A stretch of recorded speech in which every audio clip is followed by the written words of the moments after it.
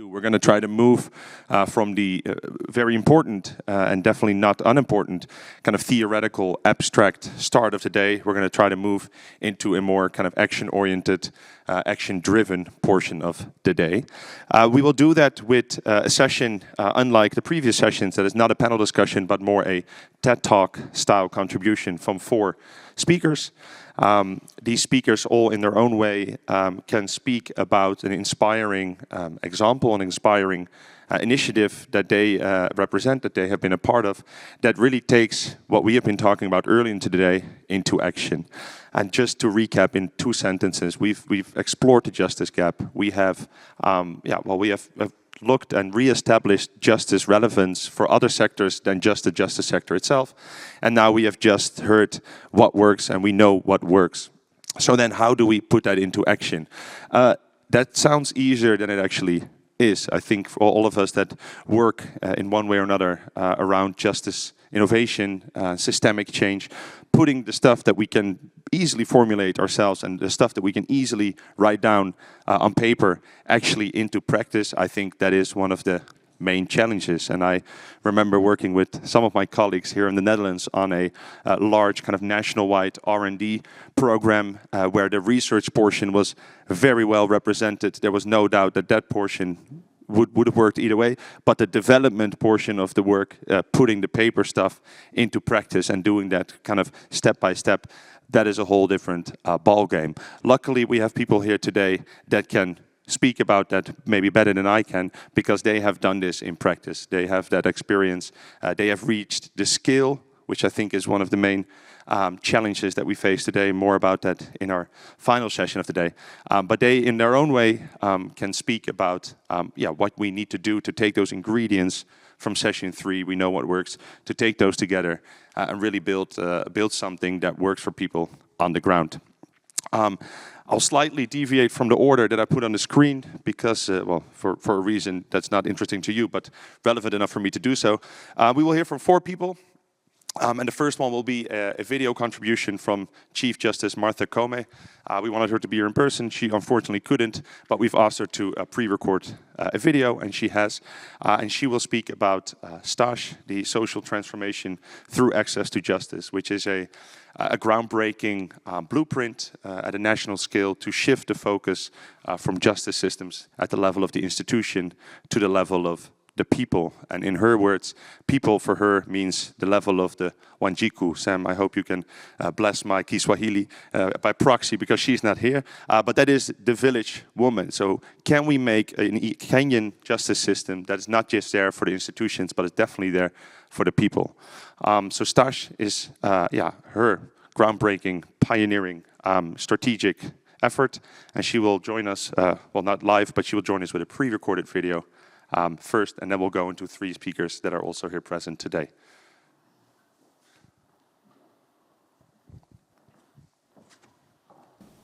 Distinguished colleagues, dear friends of justice, I bring you warm greetings from the judiciary of Kenya, a judiciary serving a people whose resilience is legendary, yet whose daily quest for justice is often an uphill climb. The justice gap we inherited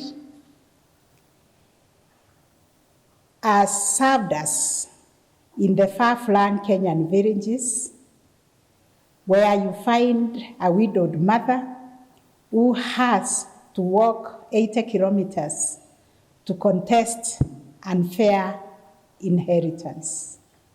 A farmer may be evicted without notice. A market trader may supply goods on credit, yet never be able to recover the payments. For decades, such citizens were asked to seek justice when the nearest court was more than 100 kilometers away and manned by overstretched judicial officers. Only 600 judges and magistrates for more than 50 million people. Distance, costs, and backlog of cases conspired to make justice not merely delayed, but effectively abandoned. Our response to this quest for justice came in form of the social transformation through access to justice, our framework that we are implementing. Because faced with this challenge, we asked ourselves a simple question: what if justice began with the people, not the courthouse? Our answer became the social transformation through access to justice, a people-centered reform agenda that treats justice as a basic service, which is accessible, affordable, inclusive, and profoundly humane. The social transformation through access to justice, otherwise known as Stych, rests on 4 pillars. 1, multiple doors to justice. The alternative, otherwise known as traditional justice systems, or AJS, Kenya is home to rich dispute resolution traditions. We have formally recognized elders, including women, chiefs, the youth, and the faith leaders, as legitimate justice actors. Through county action plans, each region identifies its own justice ecosystem and receives training aligned with human rights standards. We now host the AJS suites within court compounds, so formal and traditional forums coexist, thereby restoring harmony where litigation once deepened the rifts in our society. 2, the court annexed mediation. Since 2016, 26,991 cases have been referred to mediation.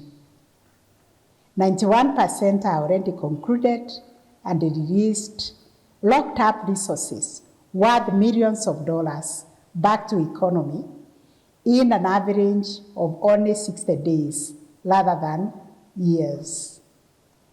3, the small claims courts. 40 such courts resolve commercial disputes in 2 months or less, offering small and medium-sized enterprises swift, low-cost redress. Together, these doorways have moved us from a culture of retribution to a culture of restorative justice, particularly in family and land matters where long-term relationships must outlive the disputes themselves. I'll also speak about Pillar 2 of our social transformation through access to justice, which speaks to digital justice for all. Justice must travel at the speed of trust, but also at the speed of technology. In this regard, we have invested and continue to expand people-centered digital justice tools. By 1, embracing e-filing, 2, virtual hearings, and 3, online case tracking. What this means now is that a rural farmer or market trader is 1 click away from launching a claim, attending a hearing, and receiving a judgment through their device.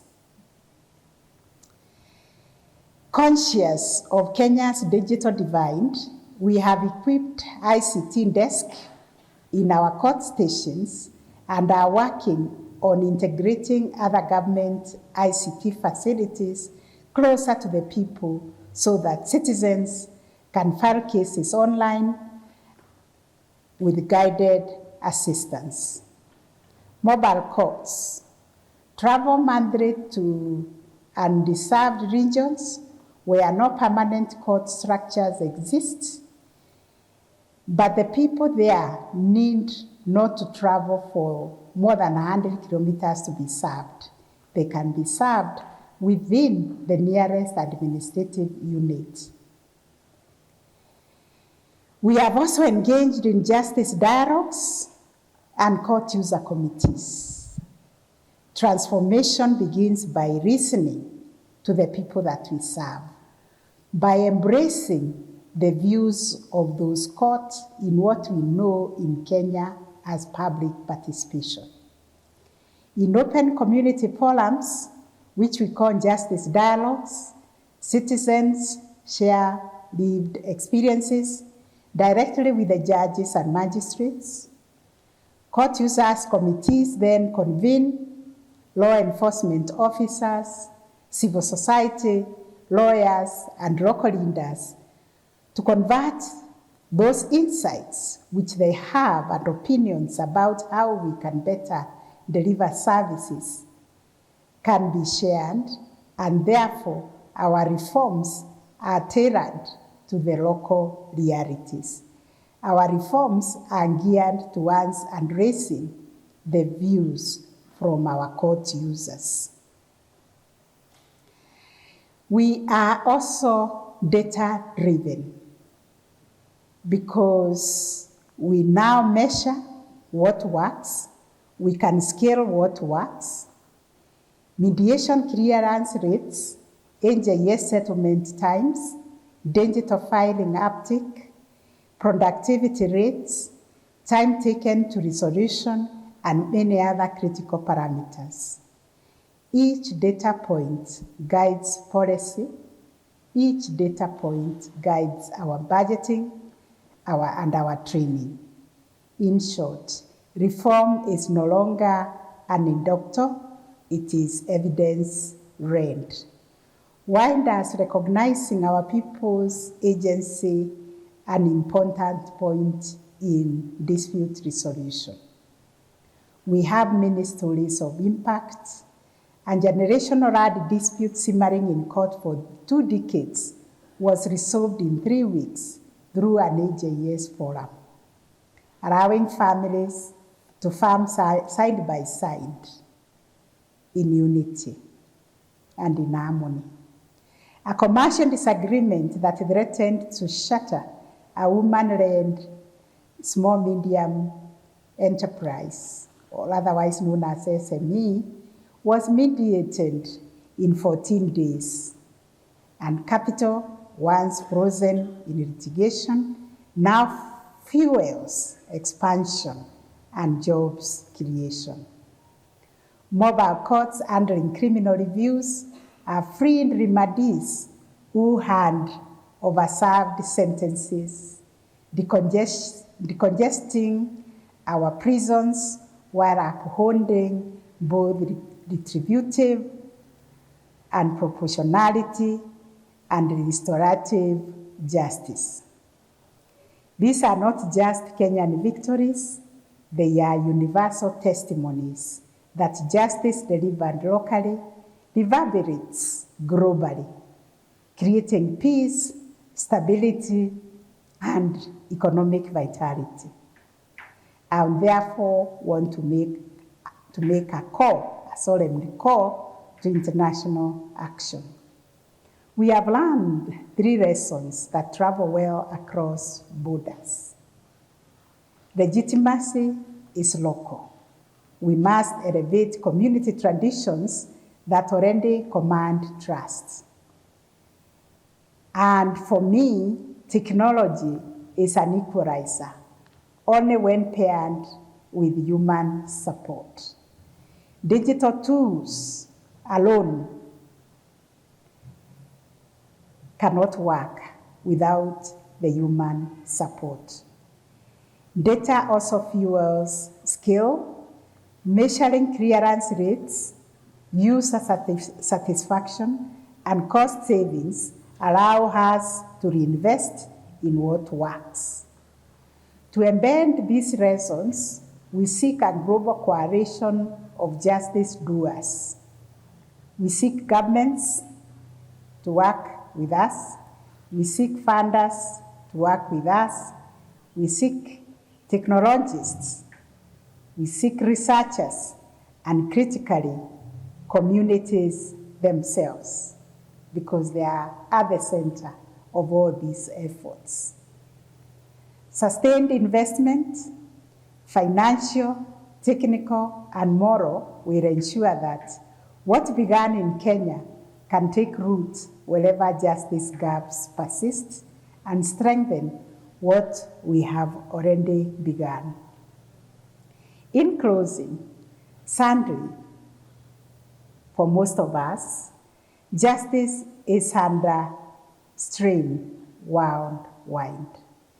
Case loads mount, budgets tighten, and conflicts continue to displace millions who may never even attempt to seek justice.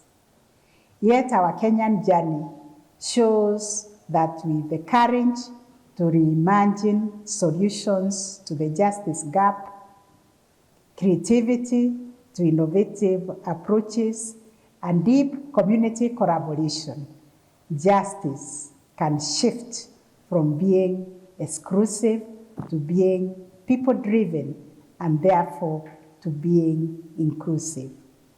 We have learned that we need to reorient our legal and justice systems to meet the justice needs and utilize the justice capabilities of our people. Let us all across the continents commit to a simple vision: justice that starts with the people, treats them with dignity, and ends in restored relationships and renewed hope. I thank you, and may justice guide us all always. Thank you, and all the best.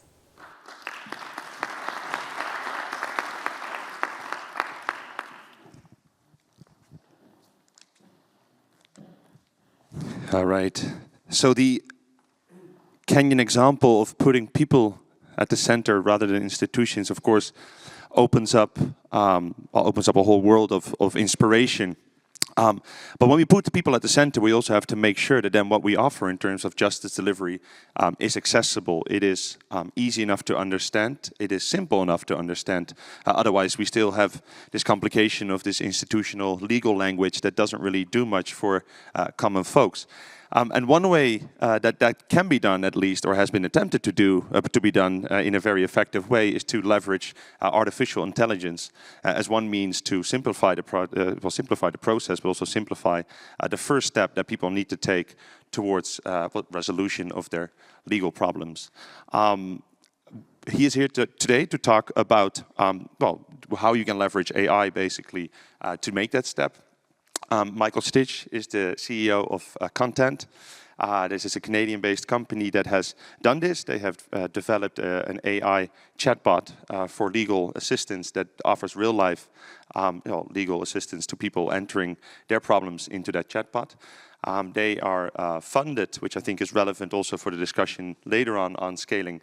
They are funded and therefore have been able to scale by venture capitalists within legal tech, some of the most prominent firms that have found their solution to be promising enough to fund. I think this is also interesting to bring back the question: if you can offer something in an easier fashion for the fraction of the price, then this is an attractive business model. So Michael, please welcome him. Come to the stage. Go ahead.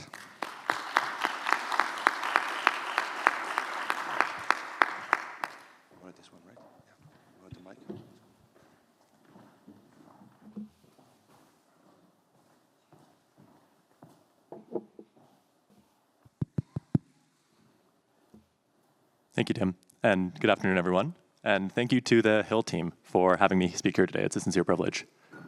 Let me start with a little bit of relevant personal background on who I am, and then that'll connect to some of the work we're doing at Contend. So I'm the only child of two political refugees who fled Eastern Europe in the late 80s. And when they came to Canada, they encountered a wide range of pretty challenging legal issues. They dealt with an extremely difficult immigration situation. They dealt with very challenging housing law situations, and they also dealt with a lot of unfair employment practices. And obviously that's not an experience that's localized to immigrants. That's not an experience that's localized to Canada. Obviously it's far worse in far less developed parts of the world.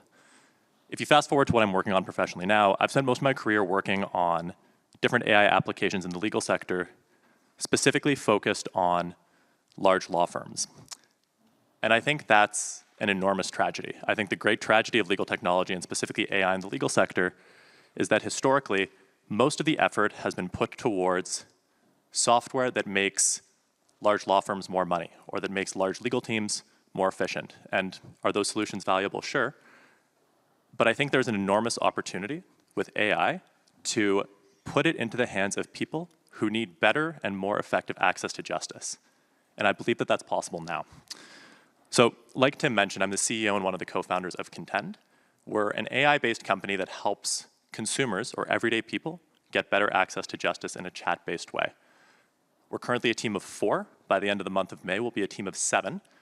And in the first market we launched into, which is in England and Wales, over 125,000 people have already used the software, and that's in less than a 1-year period. We're a very young company.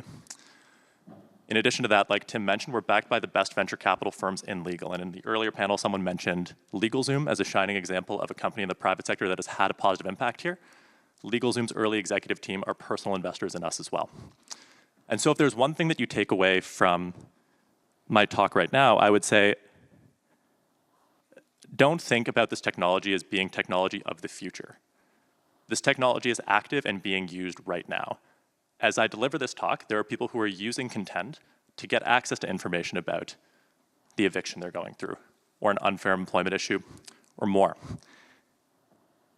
And there are already major steps towards people-centered justice that we can be taking that can be supported by safely and well-designed technologies. And I think more on the safety piece later, because I think AI has important question marks that need to be examined from a legal point of view.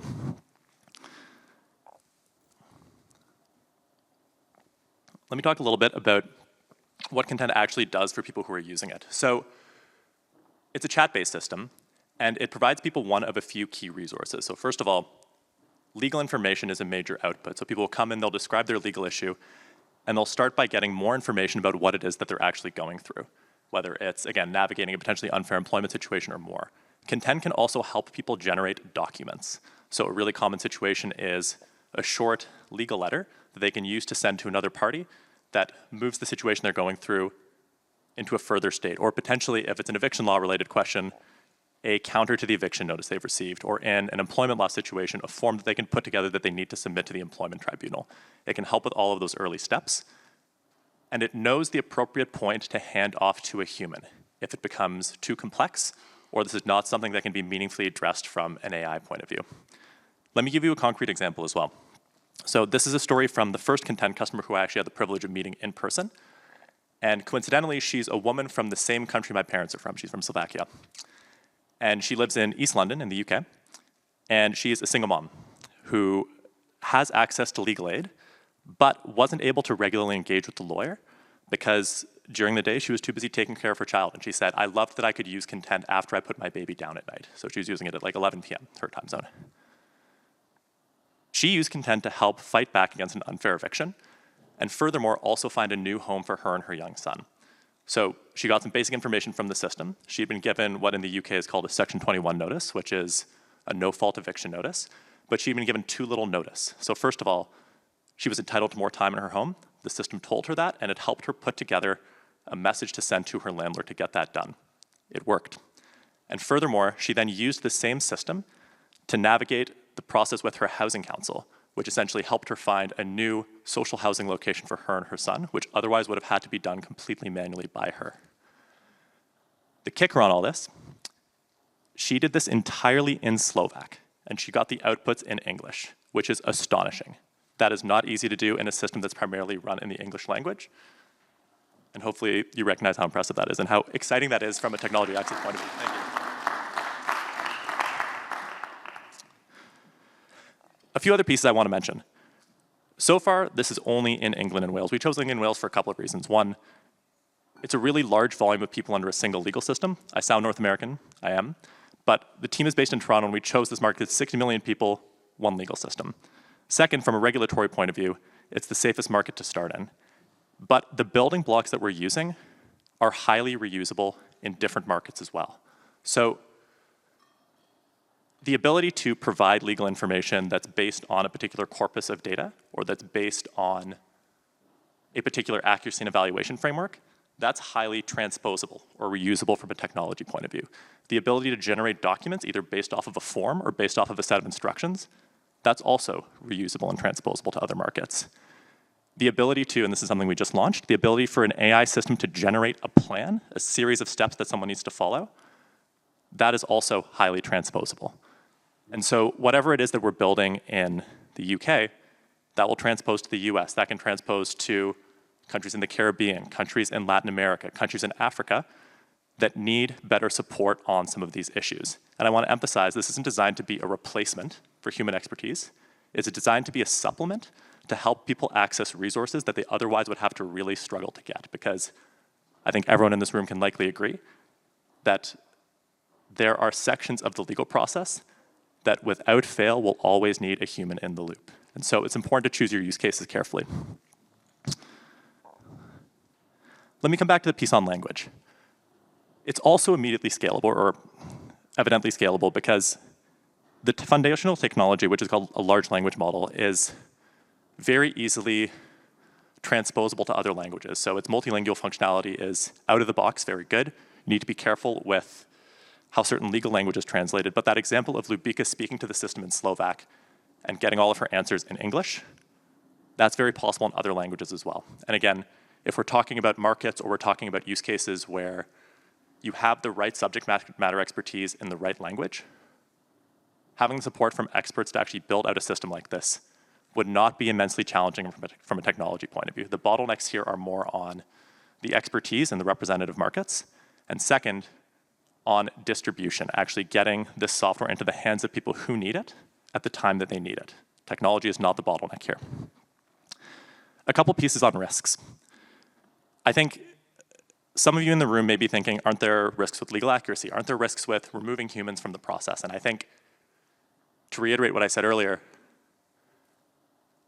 there's a lot to be said about choosing your use cases really thoughtfully.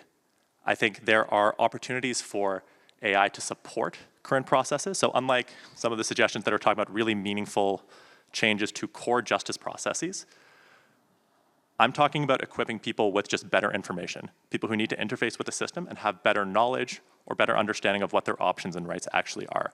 That's one useful use case. Generating documents, that's far more mundane. That's also a potentially addressable use case. And I think you choose the right ones where either humans are not as necessary, human legal experts are not as necessary, or you build in processes where they're able to verify and support the outputs as they're completed, which is also very possible. The other risk I'll mention is around legal accuracy and having the right subject matter expertise to actually build out these types of systems. So the Contend team is primarily heavy AI people as well as legal expertise. And my co-founder, Will, is both a software engineer and a lawyer. You need that combination of expertise to be able to build this out effectively. And I think we need to be cautious of companies that are building in the space that maybe don't have the right background or that don't have the right support from local organizations that are building in the space already. To the point of community justice and other organizations that are already doing good work, foundationally, I do believe this is a multi-party solution. I'm not going to come up on stage and try to tell you that tech is this panacea that can solve absolutely everything in the access to justice space. It certainly isn't.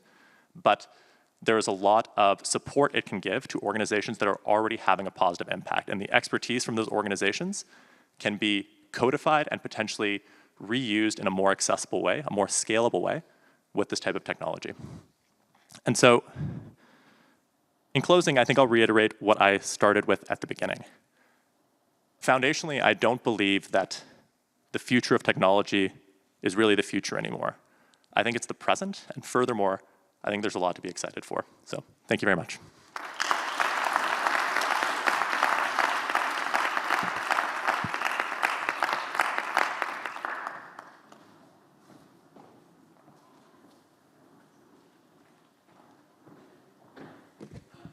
Thank you, Michael.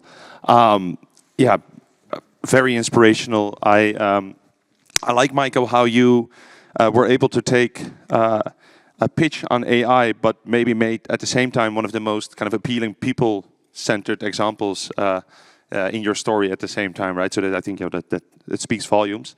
Also at the same time, if you're going home tonight and you feel inspired, just type in content legal in your computer, then you can access the chatbot and play around with it. I did so yesterday, and it was a very people-centered experience, maybe more than I thought. I was searching hypothetically something about divorce, and it also gave me a feeling. I'm saying hypothetically, honey, if you're watching, I just got married last year, so just hypothetically. But it gave me a very real response without just straight moving into the legal stuff. It also kind of gave me a virtual shoulder to cry on. Moving on, making the justice process more simple through AI is inspiring, but there are other ways to do that as well. And you don't have to leverage artificial intelligence, you can also leverage digital technology. And that has been done for several years now by Barefoot Law. And Barefoot Law and Hill go together way back. And we have Michael Kwizera here today. He is their Director of Partnerships since their start. They have served over 1 million people in Uganda already. So when we talk about scale, this is an example that we can really draw inspiration from. Over 1 million people served in Uganda, leveraging digital technology, but also really making that first step towards a justice solution and towards entering that justice process a bit easier for Ugandan people. So please welcome Michael Kwizera.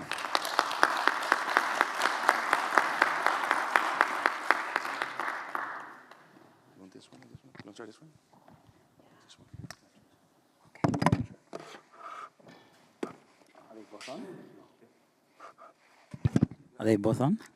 Okay, I'll go with this. This one. There you go. The clock's not running, right? Okay, just a second.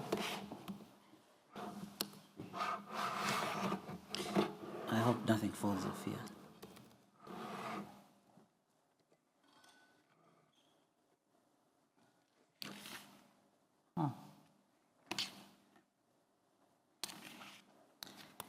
Okay, excellent. Wow. Second. Yeah, this is okay. Thank you very much, Tim, and thank you to everybody here at Hill. It's a privilege to be back on this stage. Almost 10 years since I was first here at the Peace Palace. And also thank you, Sam, for being such a generous and long-term friend of Barefoot Law. I bring the gratitude from our home in Uganda, but also from the organization to say thank you for being a steward and a steadfast advisor of our work. Right. So in the preparation notes for how we're going to have this conversation, Tim said, oh, no presentations, no videos, just go with the flow. So I asked, no PowerPoint? Said, no, maybe just one picture. So I said, all right, I'll try and do that. And I asked my colleague at work, Gertrude, who heads our comms, I said, Trudy, do you have one picture that can tell our entire story? I knew it was mission impossible, but surprise, surprise, in her typical S style, she said, have no fear. And so she gave me a picture, and it's what's up there, and that's my entire presentation. So thank you for coming to my TED Talk. No, I'm kidding. It would have been though, wouldn't it? No, but that display image does as best as it can capture what we're about. We've been providing our services for nearly 12 years now. I wouldn't say 10, but it's since 2013, actually, March, so it's now 12 years.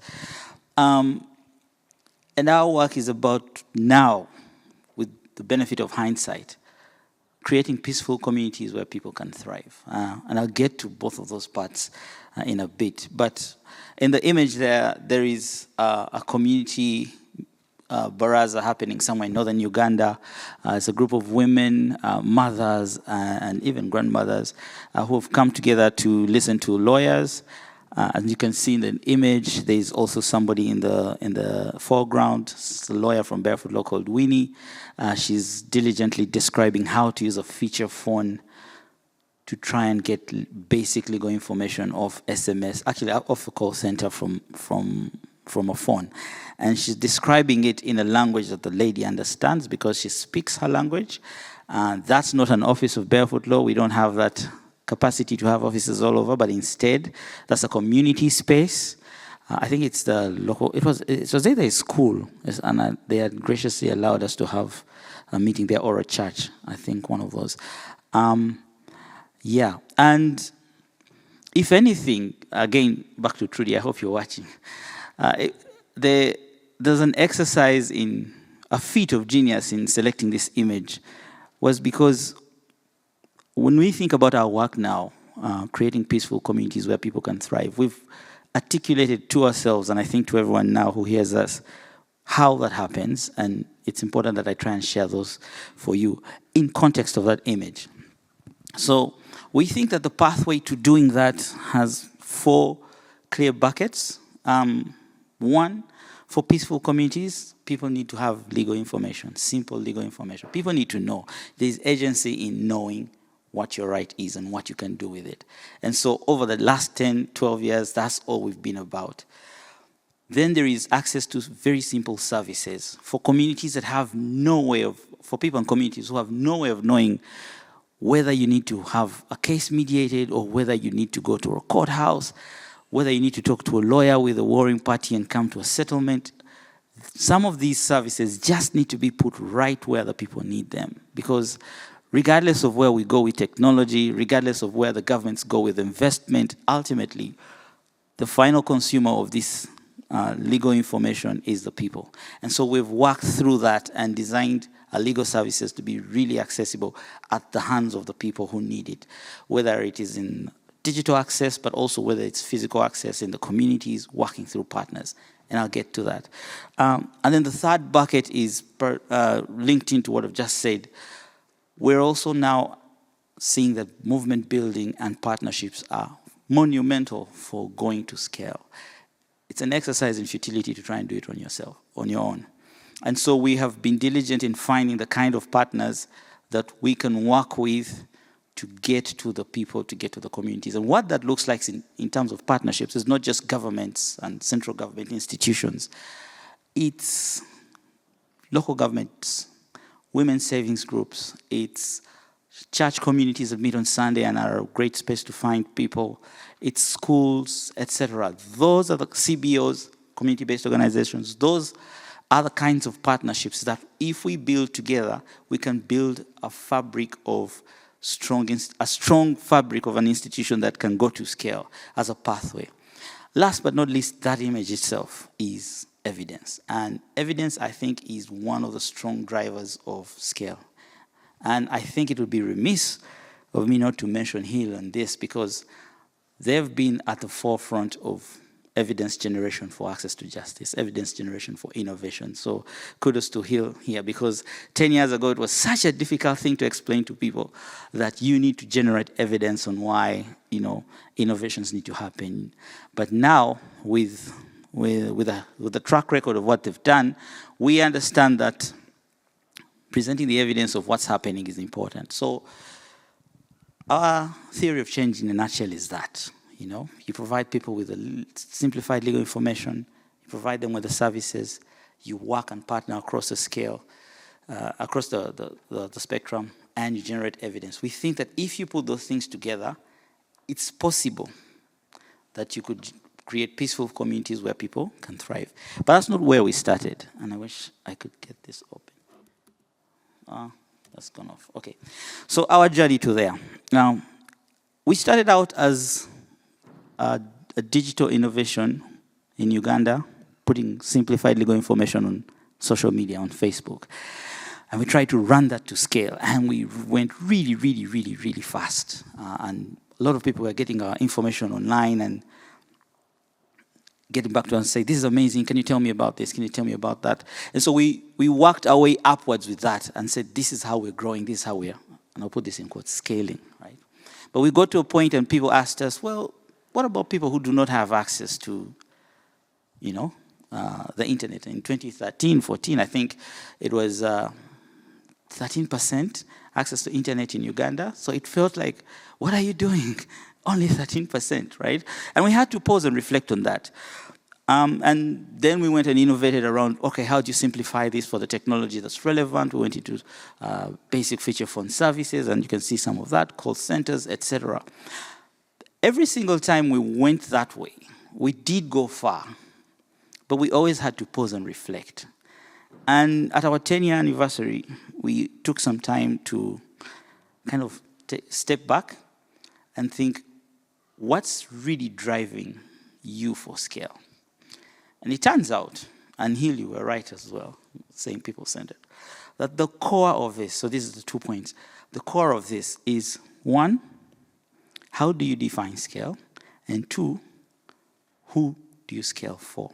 So I'll start with the second one. The who you scale for is very, very important, because if you build a technology and it makes sense for an investor or for a government, and they encourage you to go to scale, that might not be what's sustainable in the future, but you may not see it then. It took us a while to realize that ultimately the beneficiary of all your efforts, all your work, has to be people. So that's where people-centered starts from. Everything you design has to first and foremost work for the people who you are trying to help. And the second one, which is, I mentioned that first, is what do you define as scale? In our experience over the last 10 years, there's been very great and sometimes controversial definitions of what scale is. What we found out is you should be able to define what scale means to you. I met an entrepreneur just a couple of weeks ago online, and we were sharing in the space on scale, and she's based in Nigeria, not in the legal space, and she said every time she tried to talk to an investor or a funder, they asked her, how many countries are you? And she kept on saying, are you aware of how big Nigeria is? Like, I don't need to go beyond that 1 unit of country if I have 100 million people. Because her definition of scale was not the number of countries you're in, but how many people you can serve where you are. And sometimes that's all scale is who are you serving, and how can you do that sustainably, and then how can you take that sustainability up. And I think for us, it's almost diametrically opposed, but maybe they are linked. That first of all, you find what you're doing for the people, so you're people-centered. 2, you find how is that sustainably doable? And then that's what you take to scale. Many entrepreneurs have gone to scale, and then they try to find, how do we make this sustainable? It's like driving to the end of the track to find out whether there's a left or a right, right? It's dangerous. But you find that out along the way. So it's a benefit of hindsight for us to realize these things. Ultimately, on this journey, it has come full circle to people-centered justice. But in a sense that we recognize that in that community, what the people want is, can these problems of ours be solved? And can we come back again and again? So can you replicate that, and can you give it to us every time we need it? And in our theory, we now think we're, I'd say, positing it, that perhaps in peaceful communities thriving, the sustainability is in the thriving part, right? That if people can step away from the justice issues that they're facing, if people can overcome that barrier to utilizing the land that has been locked up, if they can then now transform that into a commercial use, if they can transform that into farming, and then enough food to feed themselves and access to sell out, maybe when they start to thrive is when there is an ability to do other prosperous things. So we're calling on the view on sustainability as well to be looked at as, how do communities thrive? And I think it goes back to how I started with, we're building peaceful communities where people can thrive. And our simple call to action is, 1, we have to collaborate. And I call upon everybody here across the board, but even back to the spaces you're going into. This is a journey of where you have to find the linkages and how you can collaborate with them. We have to leverage each other's strength, especially in these trying times. And then finally, we have to generate the evidence. Again, here, you set such a great standard. we need to generate as much evidence of what's working, where it's working, who can learn from it, and how we can put it out there. Thank you.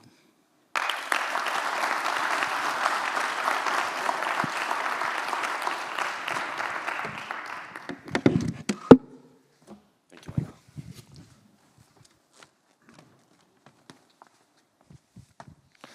Thank you, Michael Kwizera. Who are we scaling for?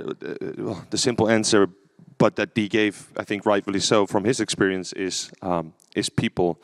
And if we take the Kenyan example of putting people at the middle of our strategic endeavors, then we should also take them at the middle of why we are scaling. So Sam, a little bit of input for your session later today.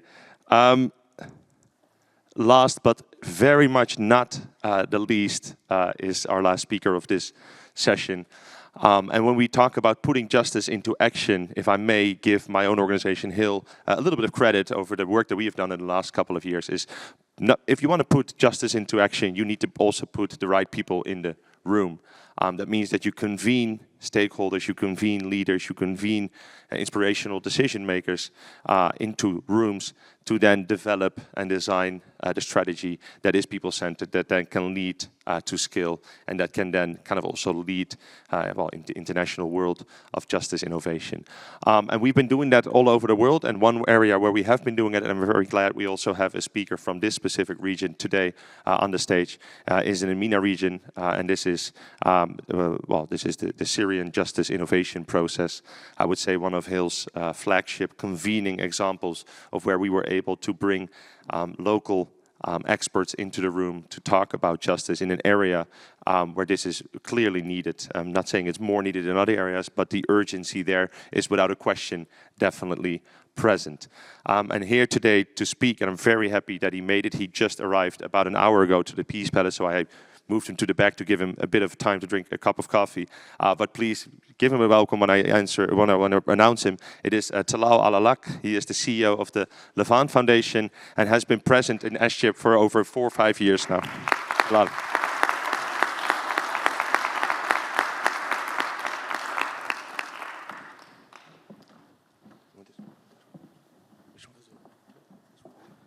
Good evening. It's a long time.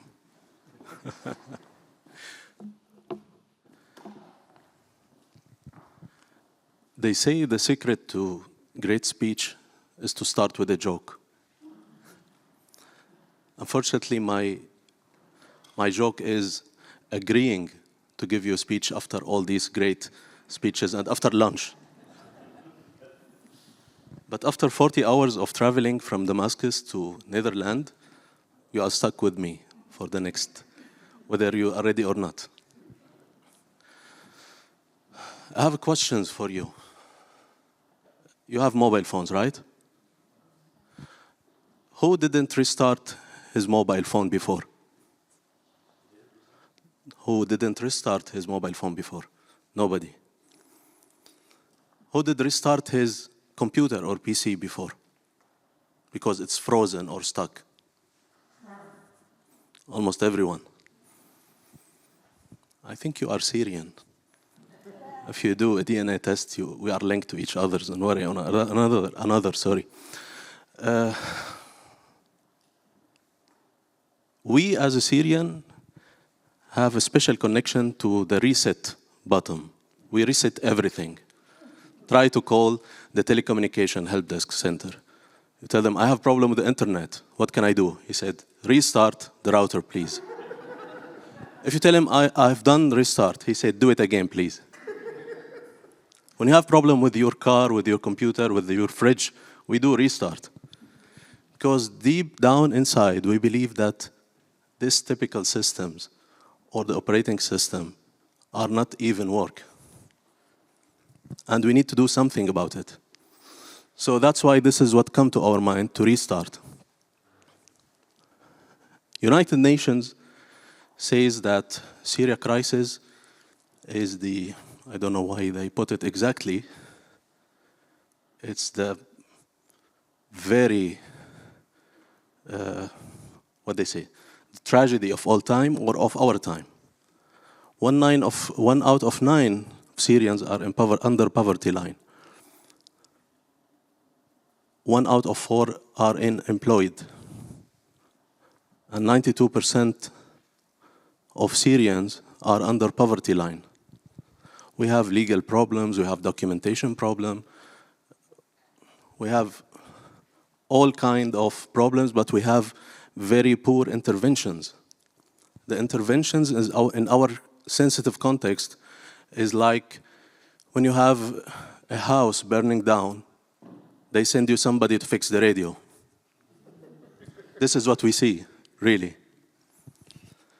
Once I was thinking about the Syrian dilemma and how can I find a solution, and I went outside to think for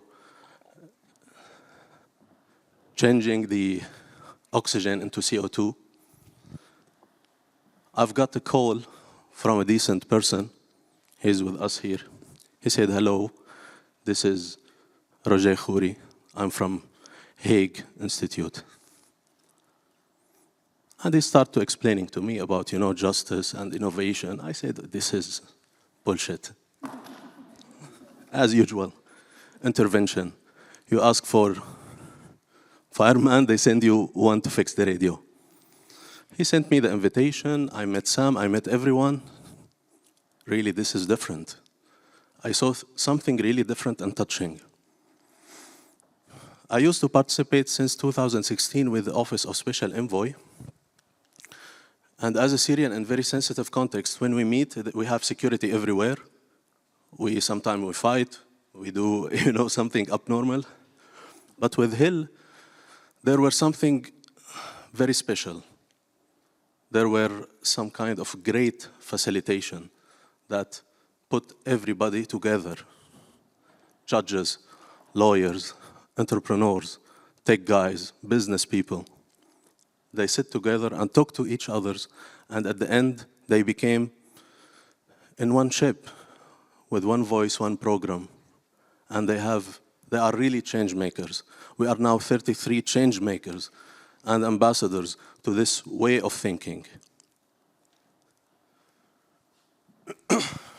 You remember this?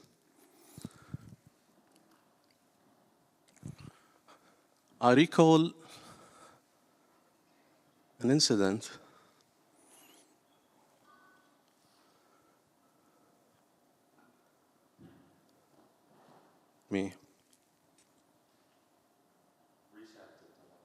Reset. I need to reset the system, yes.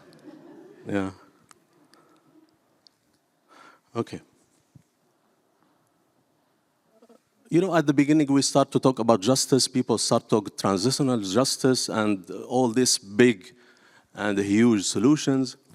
The guy said, no, let's go to our circle of influence and put aside our circle of concerns for a little bit. We need something really directly affecting people, and we need to reset our way of thinking. So we started from there. We did the context analysis, we did the research, qualitative, quantitative, we collected data, we discussed with our experts all the world, and we had some kind of 86 daily legal problem under 16 categories, and we choose 6 goals, and started with 2, and now we are working on the 3rd one. This was really unique, and maybe you know about that because I don't know who talked before me. Maybe you highlighted something like the chatbot and like other problems.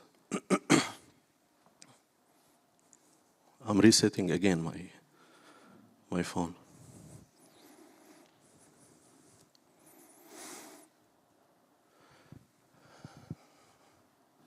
My message is to all legal leaders and all partners that we need not only to reset our way of thinking, we need to really hard reset. And this is what SGEP exactly done. We don't want to start waiting, to still waiting the big solutions and all this integration with international system, this reconstruction, this, International Security Council. We need to start yesterday.